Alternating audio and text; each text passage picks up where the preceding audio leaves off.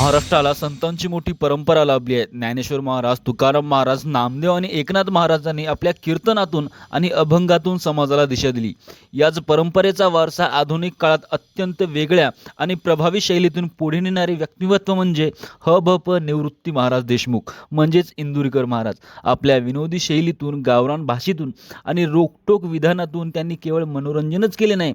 महाराजांचा जन्म 9 जानेवारी 1972 रोजी अहमदनगर जिल्ह्यातील अकोले तालुक्यातील इंदुरी या छोट्याशा गावात झाला आहे. त्यांच्या गावाच्या नावावरून लोक त्यांना इंदुरीकर महाराज म्हणून ओळखू लागलेत. त्यांचे वडील काशीनाथ देशमुख हे देखील वारकरी संप्रदायाशी जोडलेले होते. इंदुरीकर महाराजांचे वैशिष्ट्य म्हणजे ते उच्च शिक्षित आहेत. त्यांनी BSc विज्ञान आणि B.Ed शिक्षणशास्त्र या पदव्या संपादन केल्या आहेत. कीर्तनाकडे पूर्ण वेळ वळण्यापूर्वी त्यांनी संगमनेर भागात शिक्षक म्हणून काम केले. आजही त्यांच्या बोलण्यातून शिक्षक डोकावतो. जेव्हा ते एखाद्या विषयाची मांडणी शालेय उदाहरणे देऊन करतात. कीर्तनाची अभिनय शैली पारंपरिक कीर्तनामध्ये सांस्कृतिक श्लोक आणि शास्त्रीय संगीताचा वापर जास्त. आजच्या धावपळीच्या युगात तरुणांना जुन्या पद्धतीने कीर्तन कदाचित रुतत नाही. म्हणून त्यांनी गावरान भाषेचा वापर, अस्सल मराठमोळी आणि ग्रामीण बोलीभाषा वापरल्यामुळे सामान्य शेतकरी त्यांना पटकन जोडला गेला.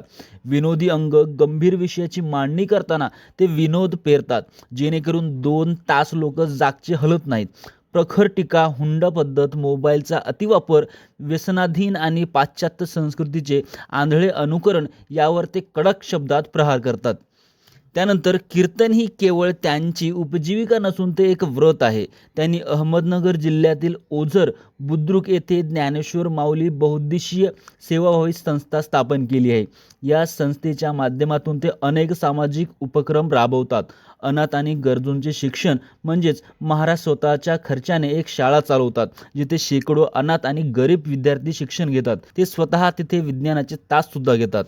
तसेच व्यसनमुक्ती, दारू सोडा आणि दूध प्या हा संदेश त्यांनी घराघरात पोहोचवला आहे.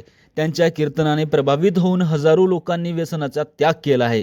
तसेच गोशाळा, त्यांनी भाकड गायींसाठी, ज्या गायी दूध देत नाहीत, गोशाळा चालवली आहे, ज्यामुळे मुक्या प्राण्यांचे संरक्षण होते. तसेच कौटुंबिक जीवनाची आपण थोडक्यात माहिती पाहणार आहोत.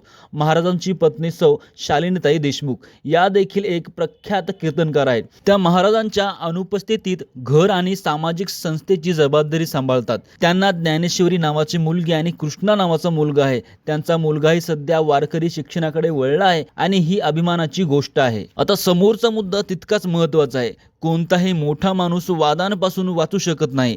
आपल्या काही विधानांमुळे, विशेषतः मुलाच्या जन्माच्या तारखेबाबतचे विधान, महाराज वादाच्या भोवऱ्यात सापडले होते.